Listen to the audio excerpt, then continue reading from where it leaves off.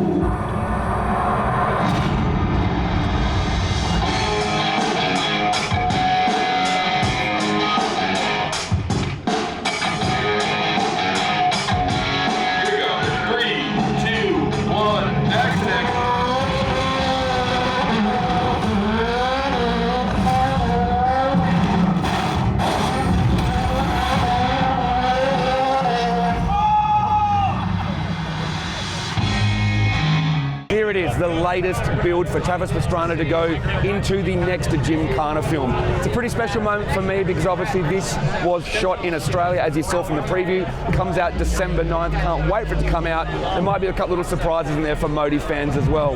Vermont sports car built, 4-cylinder boxer engine, revs to 9.5, 670 horsepower, sequential gearbox, active aero, space frame car, and has 2 carbon seats in the back tray as well. This is unreal. Can't wait to see Aussie shred Gymkhana.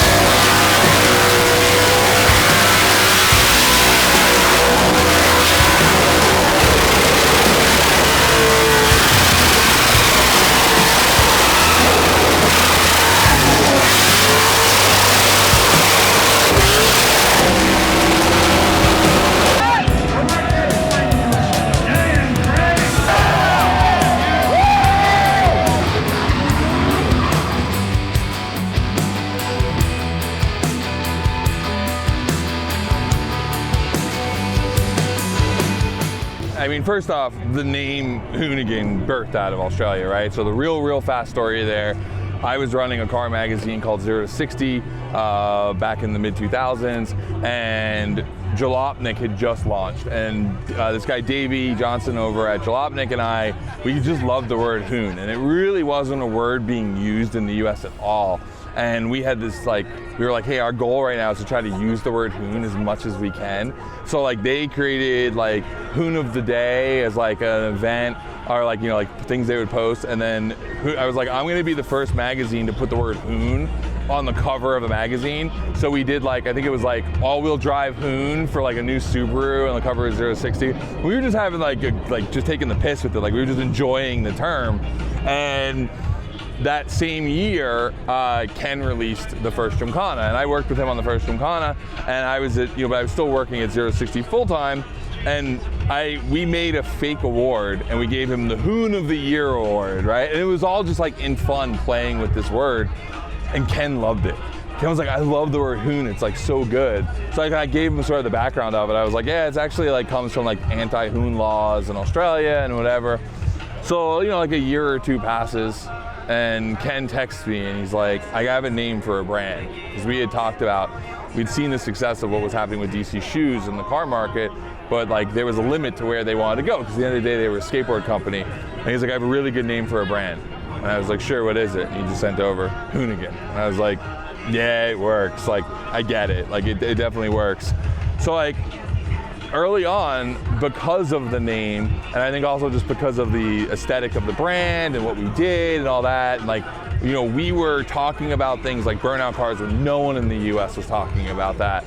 And we just started to realize like our audience in Australia was really big comparatively. Our first international distribution was selling stuff in Australia. Like Australia was like always in the top 5 audiences, which is crazy when you think there's more people living in New York City and the surrounding neighborhoods than there is in all of Australia, right? So like when you look at it from an American market of 350 million, you guys have 26 million. For that to be one of our largest audiences was always just crazy. So obviously we wanted to make a Gymkhana in Australia. So it was like on the list, we need to go there. So 9 years ago, we went there and we scouted, we did 2 trips. Each trip spent 2 weeks there, built an entire plan, had all my spots laid out, my overheads, my maps, the whole concept, and everything looked good. And as we were leaving town on the second trip there in Sydney, the officers, the police, we met with the police officers and they said, this all looks great, you just can't go faster than 30 miles an hour at any point. I was like, well, that's not what we do. And the cop looked at me and went, exactly.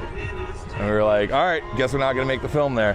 And so we left and we went and filmed in Buffalo, which ended up becoming Gymkhana 9, which was the Raw Playground was the name of that film. And honestly, we ended up, in a weird way, we ended up going and making one of my favorite films of all time, because I loved Buffalo. It was such a good film.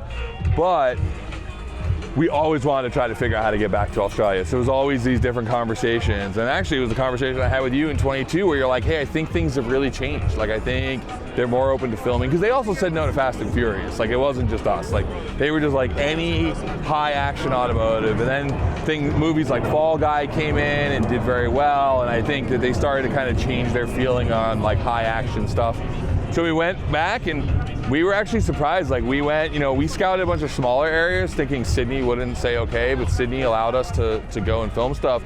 But then we went to the Outback and like kind of fell in love with the location out there. And you gotta understand, like to Americans, you guys are the Outback. You're kangaroos and like Foster's beer and a blooming onion, which was the code name for the film, which you probably don't even know what it is, but it's a fried onion that splits open, that's like heavily breaded, and it's sold here at the Outback Steakhouse. And that's basically what Americans know. We know like Crikey, like Steve Irwin, like Supercar V8, Crocodile Dundee, kangaroos. That's pretty much like our idea. So we literally like, we're gonna go to Australia and just make the most stereotypical film as an American as we can.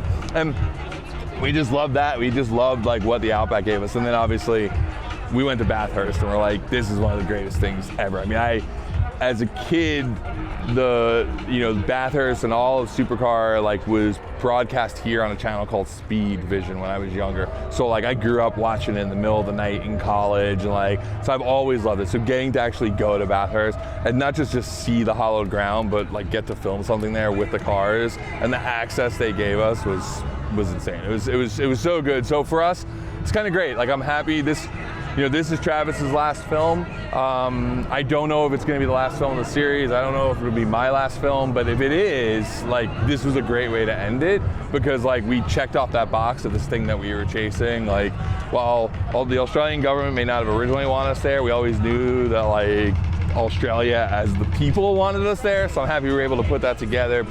Everything working over there was great. Everyone we worked with was fantastic. And I gotta say, I think it's one of the craziest films we ever made. I'm not gonna say it's the best film we've made, it's not done yet, but just some of the things we were able to pull off was just like next level, like wow, like I can't believe we did that. So one of the things leaked from Bathurst, and all the comments were like, this is AI, this would never actually happen. There's no way that Supercar would allow this, like this is not real, it's all AI. And you're like, nope, that happened. That's the roundabout story, how it all came back together. Yeah, I mean, it's been good. I left Hoonigan. I left for multiple reasons, but I'd been there for a long time and I was kind of tired of running it all, and I wanted to like get really focused on just making films and just going after that. And I did that film with Sung Kang in the summer, and I wasn't able to do that kind of stuff. I wasn't able to take off, 2 or 3 months and go focus on one thing. So like it's been good to do that, but obviously that sort of created this like, a lot of, everybody kind of went and did their own thing.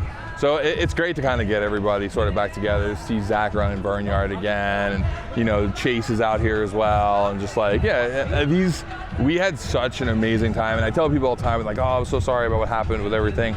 And like, you gotta understand, like, we were here for a good time, not a long time. Like that statement really applied to us, because like we all really, really enjoyed it. And then we all got burnt out. Like we all really got burnt out. And then we all took a break. And now like I've been kind of teasing everybody, like we should do like a little reunion thing. Like maybe it's like a week or two, just like go on a trip. Because I think we're all at a point where we all love each other again, where we definitely got to that point where we're all like this with each other. So yeah, it's good. It's good to be back. And I actually really enjoyed making this film, because whenever I did previous Gymkhanas, I was running a whole company. So I'd be on set, but I'd be worried about employees, merchandise sales, like, other deals, other contracts, other content that was going up, like all these other things. Where on this one, I was just worried about making a fucking badass film. Like that was the only thing I had to worry about, which was such a nice change from having to like have the weight of the entire company on top of it all. So, I mean, there is solid 11s in this. Like I would say, I don't want to give them away, but our walk on water moment and our gap moment, and one of the shots with the supercar is so insane that like it just feels unreal. Hence the AI comment. So, I not having seen the whole film come together, I don't really know like where it lands. But like right now, I think that that's sort of the thing that like what it is like it's definitely a bunch of bangers. So it's all about how that all comes together now. Yeah, so it'll drop December 9th, which is a Tuesday, so that'll be a Wednesday for you guys in the future. Tell us how it is, because you guys get to see it first, I guess, right? Because that's how the future works, I'm not even sure. But yeah, it'll be, I think, usually 9 a.m. That Tuesday, which is a December 9th. Well, I've got my work visa for Australia right now, so all I'm doing is applying for jobs down there to come back. I really enjoyed Australia. I was like sending photos to the missus, being like, I think we could live in the Gold Coast. I like it here. This is pretty nice. Your guys' car regulations are a little tight, but so is California. There's always a workaround.